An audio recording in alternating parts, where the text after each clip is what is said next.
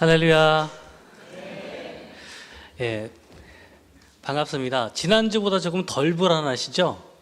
예, 사실 지난주에 여러 실수를 연발했는데 설교할 차례가 되니까 복잡한 순서가 없더라고요. 얼마나 감사한지 설교가 부담이 되긴 하는데 괜찮더라고요.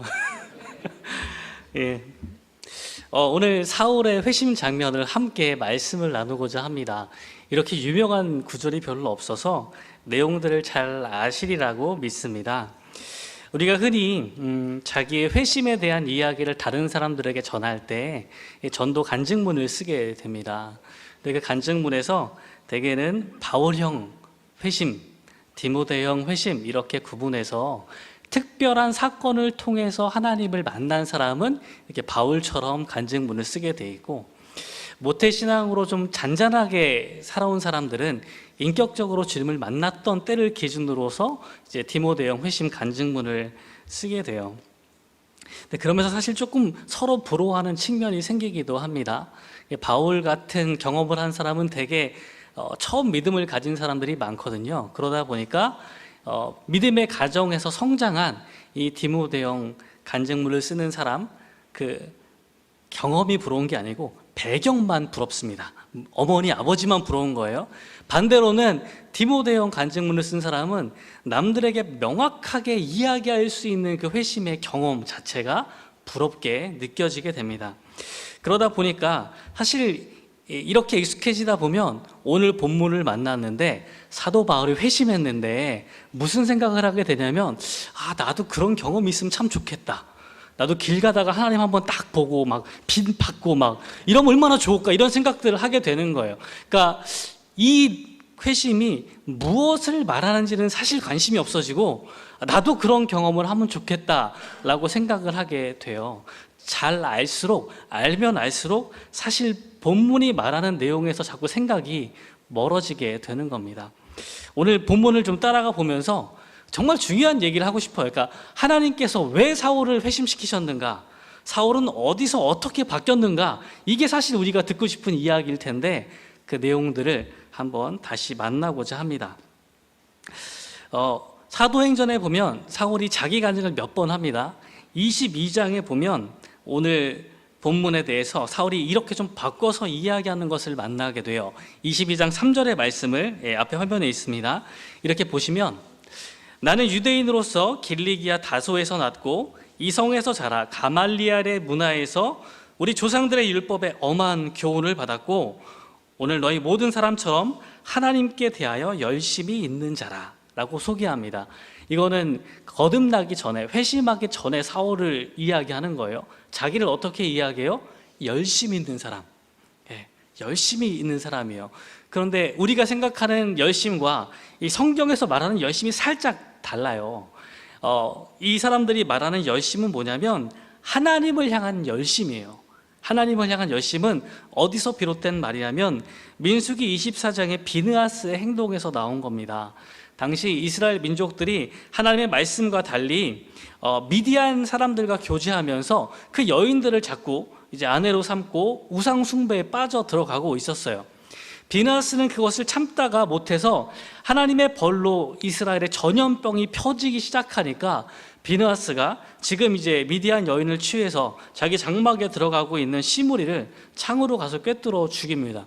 이 비느하스의 사건이 있자마자 전염병이 멈춰요. 민수기 24장 11절에 이렇게 말씀합니다. 제사장 아론의 손자 엘르아살의 아들 비느하스가 내 질투심으로 질투하여 이스라엘 자손 중에서 내 노를 돌이켜서 내 질투심으로 그들을 소멸하지 않게 하였도다. 하나님을 위해서 이 열정, 열심, 같은 단어, 질투란 단어가 같은 단어거든요.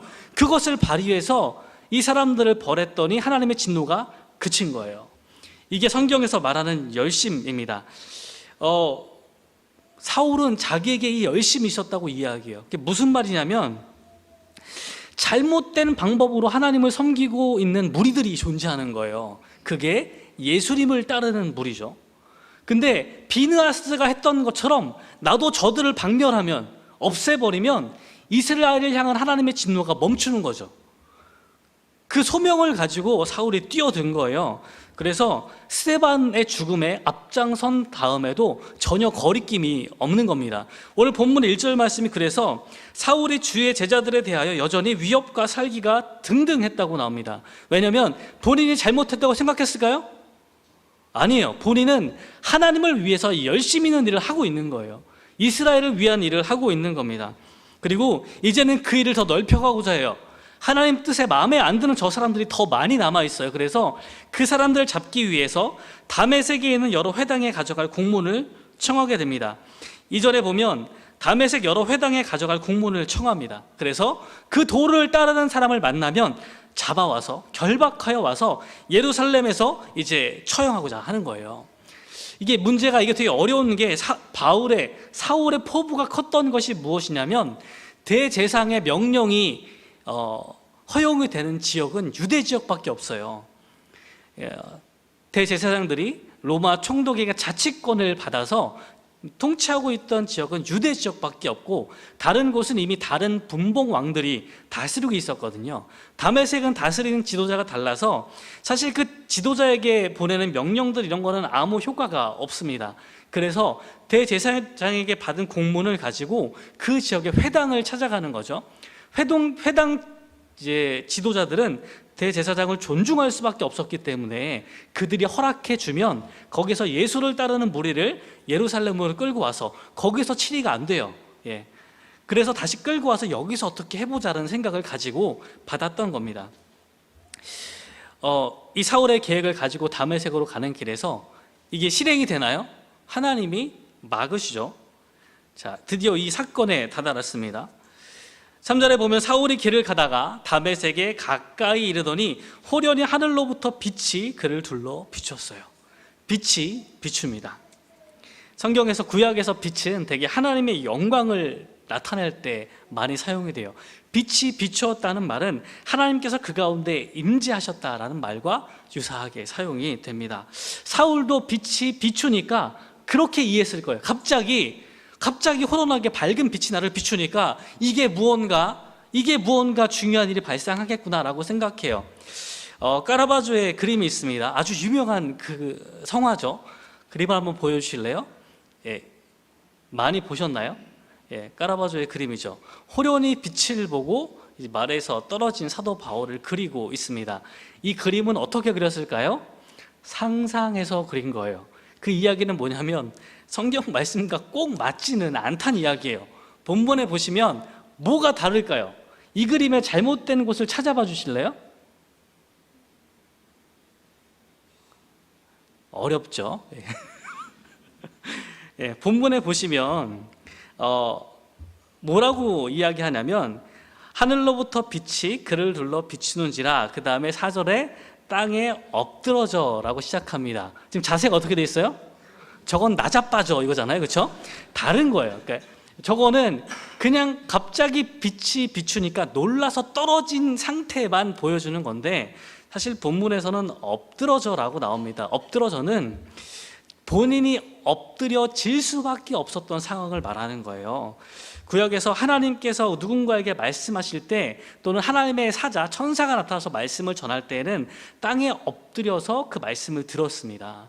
바울이 빛을 받는 순간 이게 누가 자기에게 말씀하시는 거예요? 신적인 존재가 말을 하는 거예요. 그래서 감히 서 있지 못하고 땅에 무조건 엎드린 겁니다. 그 상황을 엎드려져라고 표현을 하는 거예요.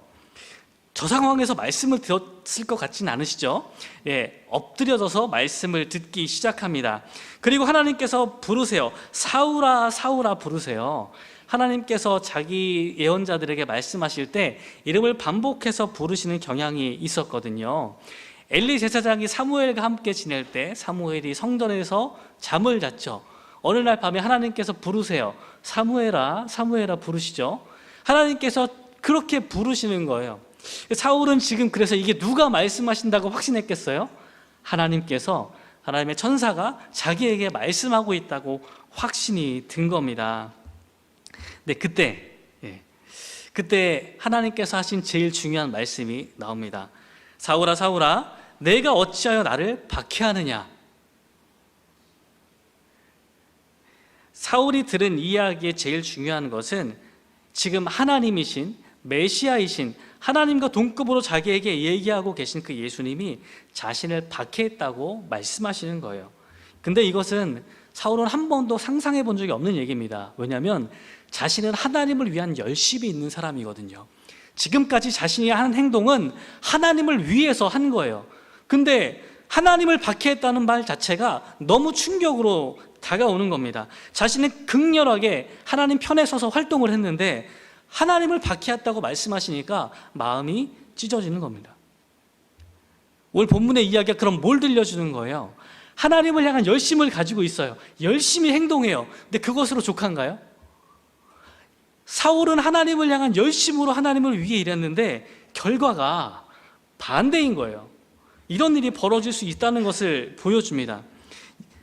예수님은 자신이 하나님이시라는 것을 보여주시면서 자신과 자신을 따르는 무리인 교회가 동일하다는 것을 말씀하세요. 사울은 사실 예수님을 만난 적이 없어요. 예수님을 박해한 적이 없습니다. 단지 그 따르는 무리만 박해했는데 예수님은 왜 나를 박해한 자라고 말씀하세요. 그럼 누가 예수님인 거예요? 예수님을 따르고 있는 교회가 예수님인 거예요. 예수님은 그 교회와 자기를 같다고 말씀을 하시는 거죠. 사울은 이제 좀 다른 상황에 접어들기 시작합니다. 이전까지는 자기가 계획하고 열심을 내서 앞장서서 무언가를 해왔는데 이제는 하나님의 명령에 따라야만 하는 상황이 됐어요. 6절 말씀에 너는 일어나 시내로 들어가라. 내가 행할 것을 내게 이를 자가 있느니라. 내가 행할 것, 앞으로 사울이 행할 것, 이걸 누가 결정하는 거예요? 하나님이 말씀하시는 거죠. 그것도 자기가 알게 되는 게 아니에요. 직접 말씀하시는 것도 아니에요. 누군가 자기에게 일러주는 상황이 발생합니다. 자신이 판단하고 생각하고 행동하던 때와 달리 이제는 철저히 하나님의 명령을 받으면서 수동적인 삶을 살아가요. 눈도 멀어서 이제 가는 길도 다른 사람의 손에 끌려서 다메섹으로 들어갑니다. 자, 이제 질문을 던지려고 합니다. 하나님께서 회심하게 하셨어요. 변화시켜 주셨어요. 그런데 왜 하필 사울의 눈을 멀게 하셨을까요? 여러분, 하나님을 인격적으로 만나실 때 잠깐 눈이 머신 적 있으신가요? 그런 분 계신가요? 그럼 결혼할 때 잠깐 눈이 머신 분, 요즘에 좀 후회가 드시는 분 계신가요? 사울이 눈이 멀었잖아요. 왜 멀었을까요? 왜? 하나님께서 구약에서 사람들이 악한 일을 행하게 할 때, 이스라엘을 공격하거나 이렇게 할 때 잠시 동안 그들의 눈을 가리신 사건들이 나옵니다. 그러면 이 내용들을 따라서 생각을 해보면 하나님이 다메섹에 있는 하나님의 제자들을 보호하시기 위해서 잠깐 이 악행을 하고 있는 사울의 눈을 멀게 하셨다고 생각할 수가 있어요. 근데 이거는 그 교회 입장에서, 다메섹에 있는 성도들 입장에서의 이야기고, 사울의 입장에 서면 하나님께서 왜 사울의 눈을 멀게 하셨을까요? 왜 회심하는 이 과정 가운데 갑자기 눈을 가리셨을까요? 뭔가 잘못을 벌하기 위해서 눈을 멀게 하셨으면 그럼 계속 멀어야 되잖아요. 근데 또 뜨잖아요. 잠깐이잖아요. 왜 이런 시간들을 허락하셨을까 생각하게 되면 사울 본인이 회상하는 말들을 통해서 힌트를 한번 얻어보려고 합니다. 고린도 후서 4장 5절과 6절에 가면 바울이 이 사건을 회상합니다. 우리는 우리를 전파하는 것이 아니라 오직 그리스도 예수의 주되신 것과 또 예수를 위하여 우리가 너희의 종된 것을 전파함이라. 어두운 데에 빛이 빛이다 말씀하셨던 그 하나님께서 예수 그리스도의 얼굴에 있는 하나님의 영광을 아는 빛을 우리 마음에 비추셨느니라. 이 6절 말씀이 바울의 자전적인 이야기인 거예요. 본인이 하나님을 알고 있다고 생각했는데 사실 몰랐던 거예요. 다메섹으로 가던 빛이 비출 때 무엇을 알게 되냐면 예수 그리스도 얼굴에 있는 하나님의 영광을 만나게 된 겁니다. 그전까진 두 분이 같지 않았어요. 그런데 예수 그리스도께서 말씀하실 때 거기에 하나님의 영광이 있다는 것을 깨닫게 된 겁니다. 왜 하나님께서 바울에게 빛을 비춰주셨냐고요? 예수 그리스도 안에 있는 하나님의 영광을 보여주시기 위한 거예요. 그래서 그전까지 사울은 눈을 뜨고 있었는데 메시아를 알아보지 못했어요. 메시아를 따르는 사람들도 이해하지 못했어요. 이제 그 쓸데없는 눈은 가리시는 거죠. 그리고 다시 눈을 뜨게 할 때는 예수 그리스도 안에 있는 하나님의 영광을 밝히 보고 그것을 증거하는 눈을 뜨게 해 주신 겁니다. 그래서 다르게 살아가는 거예요. 우리에게 필요한 회심은 이런 회심입니다.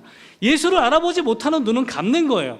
회심의 사건이 지나간 다음에는 하나님의 영광을 보일 수 있는 눈으로 다시 보는 겁니다. 그 눈으로 예수 그리스도 주되심을 밝히 증거하는 겁니다. 이 회심의 사건이 일어난 다음에 사흘이 흘러요. 눈이 멀고 사흘의 기간이 지나갑니다. 아나니아를 보내시는데 사흘 후에 보냈어요. 10장 상반절에 보면 그때 다메섹에 아나니아라는 제자가 있더니 나옵니다. 이게 사흘 후의 이야기예요. 충격적인 사건을 경험합니다. 열심히 하나님을 따라서 일을 했는데 잘못했다는 것을 알게 되고 사울은 고민하기 시작할 겁니다. 사울은 9절에 보면 사흘 동안 보지도 못하는데, 보지 못하는 게 중요한 게 아니라 먹지도 마시지도 않아요. 보지 못하는 건 어쩔 수 없는 일이지만 먹지 않고 마시지 않은 건 본인이 선택하는 거예요. 왜요? 머리가 복잡합니다. 하나님을 섬겼는데 완전히 잘못했다는 것을 깨닫게 되는 거예요. 내가 절대로 메시아가 아니라고 믿었는데 예수가 하나님이라는 것들을 알게 된 거예요. 그럼 어떻게 해야 돼요? 이 잘못한 길은 어떻게 해야 돼요? 앞으로는 어떻게 해야 돼요? 이 온갖 생각들을 사흘 내내 사울의 머릿속에서 복잡하게 지나가고 있었을 겁니다. 하나님이 이 사흘의 시간들을 허락해 주세요. 회심할 때 단번에 회심할 수 있을까요? 우리는 가끔 사형이나 이런 전도 용지들을 들고 나가서 복음을 전하기 시작합니다. 복음을 전할 때 기도하면서 해요. 하나님, 사단의 역사를 막아주셔서 영접 기도 앞에 딱 막히지 않게 해주세요. 다 듣고 기도할 때가 됐는데 갑자기 아는 사람 전화 오고 누가 찾아오고 길 가면서 말 걸고 하면서 기도 앞에서 끊기는 경험들을 많이 하게 됩니다. 그러니까 하나님 꼭 기도할 수 있게 해주세요 라고 우리가 기도하고 나가죠. 그런데 사실 많은 사람들이 그 앞에서 머뭇머 못합니다. 왜냐하면 사단의 방해가 있기도 하지만 회심이 바로 고백이 되지 않을 때가 있기 때문에 그렇습니다. 생각할 게 너무 많은 거예요. 그게 진실이라면 내가 바꿔야 될 것이 너무나 많습니다. 그것을 바로 대답하지 않는다고 해서 그게 꼭 나쁘다고 보기 어려운 것은 정말 진지하게 생각하기 때문에 그 대답이 늦어질 때가 있기 때문입니다. 사울이 사흘을 고민한 다음에 드디어 아나니아에게 안수를 받고 눈을 뜹니다. 어떻게 바뀌었는지 다시 한번 보실까요? 사울이 받아들이기 힘들었던 것, 예수님이 메시아라는 것을 너무나 받아들이기 힘들었어요. 당연히 그래서 예수님을 따르는 무리도 곱게 보이지 않고 박멸해야 될 무리가 되었던 겁니다. 그런데 사울의 생각에는 이 사람들이 점점 커지면 참된 메시아를 기다리는 유대인들에게 방해가 된다고 생각했어요. 그럼 참된 메시아는 누굴까요? 예수님 시대에 이 가짜 메시아가 많았거든요. 사도행전 2장에 보면 드다라는 사람들이 일어나서 스스로 자기가 메시아라고 그랬어요. 내가 메시아다. 그랬더니 그 말을 듣고 400명의 사람들이 몰렸다고 했어요. 근데 드다가 죽으니까 모임이 흩어집니다. 그 다음에 로마에서 또 이제 세금을 거둘 때 그거를 반발하기 위해서 갈릴리에서 유다가 폭동을 일으킵니다. 이 사람도 메시아라고 이야기했어요.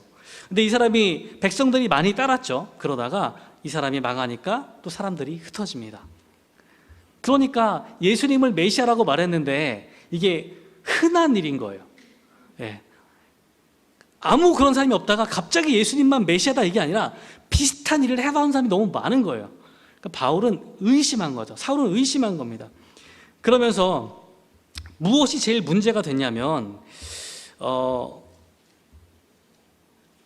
대부분의 사람들이 메시아를 이야기할 때 다윗 왕과 같은 메시아, 그분의 재림을 꿈꿨어요. 그러다 보니까 사울은 예수님을 봤을 때 이해가 안 되는 지점이 생긴 겁니다. 이게 사울만의 문제가 아닌 건요, 예수님께서 십자가에서 돌아가신 다음에 부활을 목격하지 못한 제자들도 뿔뿔이 흩어지거든요. 누가복음 24장에 보면 엠마오로 가던 두 제자들이 대화하는 장면이 나옵니다. 예수님의 죽음에 대해 슬퍼하면서 이야기할 때 뭐라고 이야기하냐면 우리는 이 사람이 이스라엘을 속량할 자라고 바라노라 라고 이야기해요. 이게 그 기대를 담고 있는 겁니다. 정치적인 메시아, 다윗 왕과 같은 메시아로 오셔서 이스라엘을 해방시켜 주시기를 기대했다는 말이에요. 예수님의 제자들도요. 사울도 똑같습니다. 근데 만약에 그 기대하는 메시아가 왔는데 예수님이 그런 메시아였다면, 아니 예수님께서 오셨는데 유대 민족이 아직도 로마 제국에 압제하에 있는 것이 이해가 안 되는 거예요. 그 메시아가 오셨는데 로마 제국이 반역자들을 처형하는 십자가형을 받고 돌아가셨다는 것이 믿을 수가 없는 거예요. 만약 그 예수님을 메시아로 인정하면 그 순간 유대인들보다, 유대 메시아보다 로마 제국이 강력하다고 인정해야 돼요. 왕으로 오신 메시아가 임무에 실패해서 처형당했다고 인정해야 돼요. 이것을 인정할 수가 있겠습니까? 사울은 인정하지 못합니다. 그래서 메시아를 거부한 거예요. 그런데 사실 예수님은 고난받는 종의 이미지를 가진 메시아로 우리에게 찾아오십니다. 승리를 전해주시는데 그것이 정치적인 승리가 아니라 죽음을 이기신, 부활하여 이기신 승리를 전해주시는 거예요. 우리의 아픔을 채울하시는 메시아가 되어서 이제는 교회를 나의 몸이라고 부르시는 그분이 우리에게 찾아오신 겁니다. 사울은 그 메시아를 이해할 수도 없고 인정할 수도 없었어요. 그런데 오늘 회심의 사건을 통해서 메시아가 바뀐 겁니다. 이제는 그 메시아가 우리의 메시아라고 인정하게 된 거예요. 부활과 승리를 가져다 주시는 분이 우리의 메시아가 된 겁니다. 두 번째는요, 그 메시아를 따라가는 방식이 바뀌었습니다. 그 전까지도 무조건 열심으로, 열정으로 따라갔는데 하나님의 분노를 자기가 누구로 뜨리고자 했어요. 스승인 가말리엘은 예수님을 따르는 도를 가진 사람들을 내버려 두라 그랬어요. 그런데 사울은 내버려 둘 수가 없어요. 선생님은 나이가 좀 드셨으니까 좀 그러실 수 있지만 저는 못 참겠어요. 저는 하나님을 위해서 나서야 돼요. 열정을 가지고 먼저 나설 거예요. 솔선수범합니다. 근데 이렇게 행동하다 보면 자연스럽게 행위에 의한 의의가 드러나기 시작해요. 그런 행동을 한 사람들이 자기 편이 되고 하나님을 더 열심히 섬기는 사람이 되고 나머지는 인정할 수가 없게 됩니다. 바울은 회심한 이후에 자기 동족들이 비슷하게 행동하고 있다는 것을 보게 돼요. 그러면서 로마서 10장에서 이렇게 동족들에게 이야기합니다. 10장 2절의 말씀입니다. 내가 증언하노니 그들이 하나님께 열심히 있으나 올바른 지식을 따른 것이 아니니라. 열심만으로 부족해요. 올바른 지식이 있어야 됩니다. 그것이 없을 때 바울이 어떻게 행했냐고요? 10장 3절에서 자기를 이렇게 이야기합니다. 하나님의 의를 모르고 자기 의를 세우려고 힘써 하나님의 의에 복종하지 아니하였느니라. 올바른 지식 위에 서 있지 않으면 열심을 냈는데 그것이 하나님의 뜻과 정반대되는 일을 하게 되는 결과가 된다는 이야기입니다. 자기의 의만 세워지고 하나님의 뜻은 전혀 상관없는 삶을 살아가게 되는 거죠. 말씀을 정리하고자 합니다. 사울의 회심의 이야기는 오늘 우리에게 여전히 도전을 던지고 있습니다. 첫 번째는요, 우리도 열심을 가지고 있거든요. 열심을 가지고 계시죠? 예. 주변 사람들이 혹시 여러분에게 뭐 이렇게 교회만 가냐? 이런 얘기 안 하세요? 너 이렇게 맨날 교회만 가? 야, 한 주도 안 빠지고 그럼 휴가 때는 어딜 가? 교회를 왜 가? 이런 분들 없으세요? 우리 경주 드레교회는 또 열심히 사역하는 교회잖아요. 우리 교회 오시는 걸로 만족할 수 있나요? 저 만족이 안 돼요. 더 시켜드리고 싶어요. 이게 우리 마음 아닐까요? 예. 아니, 교회만 오는 것도 안 되죠. 목장 예배 가야 되잖아요. 금요 기도회도 오셔야 되잖아요. 여전도회 수양회 가셔야 되잖아요. 오늘 사여전도회 가시죠? 감히 안 가고 집에 가실 분 계신가요? 예, 이거 해야 되잖아요. 교회 찬양대도 있고요, 찬양단도 있고, 교사도 있고, 오케스트라도 있고, 주방과 카페 섬김까지 많이 있어요. 야, 그러면 속으로 집에 가서 야, 나 없으면 교회가 안 돌아가지, 이렇게 생각하시는 분들 계시죠? 이게 우리가 보여드리는 열심이죠. 우린 열심이 있어요. 근데 그 열심이 나쁘다는 것이 아니라 올바른 지식 위에 세워져야 되는 거죠. 우리 열심히 잘못하면 하나님의 뜻과 정반대되는 쪽으로 갈 수 있거든요. 근데 그것을 그때그때 너무 다르니까 완벽한 원칙은 잘 모르지만 우리가 잘못됐는지 파악할 수 있는 방법이 하나 있어요. 사도 바울이 이야기하듯이 열심히 했는데, 불같은 열정을 가졌는데 내 행동이 의의가 되기 시작하면 우리는 잘못 접어든 겁니다. 내가 열심히 섬겼는데, 열심히 섬기면서 저 집사님은 일할 때가 됐는데 안 해. 고깝네. 이런 생각들이 들기 시작하면 잘못 가신 거예요. 예, 길을 잘못 접어든 겁니다. 우리의 열심은 하나님을 위한 열심이 되어야지 우리의 행위를 살리는, 우리의 행위로 의를 삼는 열심이 되면 안 되는 거죠. 두 번째 얘기입니다. 하나님은 예수님을 통해서 말씀하시기를 교회를 박해하는 것이 나를 박해하는 거라고 했어요. 바울은 이걸 충격적으로 받아들입니다. 그래서 로마서 고린도전서에 가면 교회를 그리스도의 몸이라고 계속해서 이야기해요. 자, 그러면 바울은 그때 눈에 보이는 교회를 핍박했잖아요. 그래서 이 회심 때 너무 부끄럽게 깨닫습니다. 자기는 죄인 중에 괴수예요. 교회를 핍박하는 게 얼마나 나쁜지 아시겠죠? 근데 우리가 모르는 사이에 교회를 좀 핍박합니다. 교회가 그리스도의 몸이죠. 교회는 건물이 아니고 여러분들이 모여서 교회인 거예요. 근데 문제는요, 교회 생활 하다 보면 이게 저 집사님은 좀 나랑 안 맞는 것 같아. 목장 모임이 좀 힘들어. 이번 주 안 갈까? 연합 목장 모임에 또 모이래. 또 얼굴 봐야 되는데 귀찮고 이런 생각들이 들기 시작을 하는 거죠. 교회가 하나님의 몸이라고 했는데 교회를 너무 가볍게 여기거나 교회 일부인 그 성도님들을 무시하거나 교제하기를 싫어하는 분들이 계시는 거예요. 예수님은 좋은데 교회는 싫다는 말을 연발하는 분이 계신데 이분은 아직 거듭나지 않은 겁니다. 왜냐하면 예수님께서 교회를 자기랑 같다고 말씀하시기 때문에 그런 거예요. 오늘 회심 가운데에서 우리도 그렇게 생각했으면 좋겠습니다. 제가 눈치 없게 너무 길게 하다 보니까 시간이 많이 없어요. 찬양 다 생략하고 같이 기도만 할 겁니다. 두 가지 얘기 함께 기도할게요. 하나님께서 우리에게 사울이 겪었던 것 같은 회심을 주셨으면 좋겠습니다. 우리가 열심을 갖되 올바른 지식 위에 열심을 가져서 우리 의를 살리는 길이 아니라 하나님의 뜻을 이뤄가는 길을 가게 해 주시옵소서. 두 번째는 주님의 몸된 교회를 박해하는 나쁜 일들에서 우리를 구해 주셔서 교회를 사랑하고 세우는 사람들 되게 인도하여 주시옵소서. 이 두 가지 함께 기도하고 제가 마무리 기도하도록 하겠습니다. 주님의 이름 한 번만 부르고 기도하겠습니다. 주여!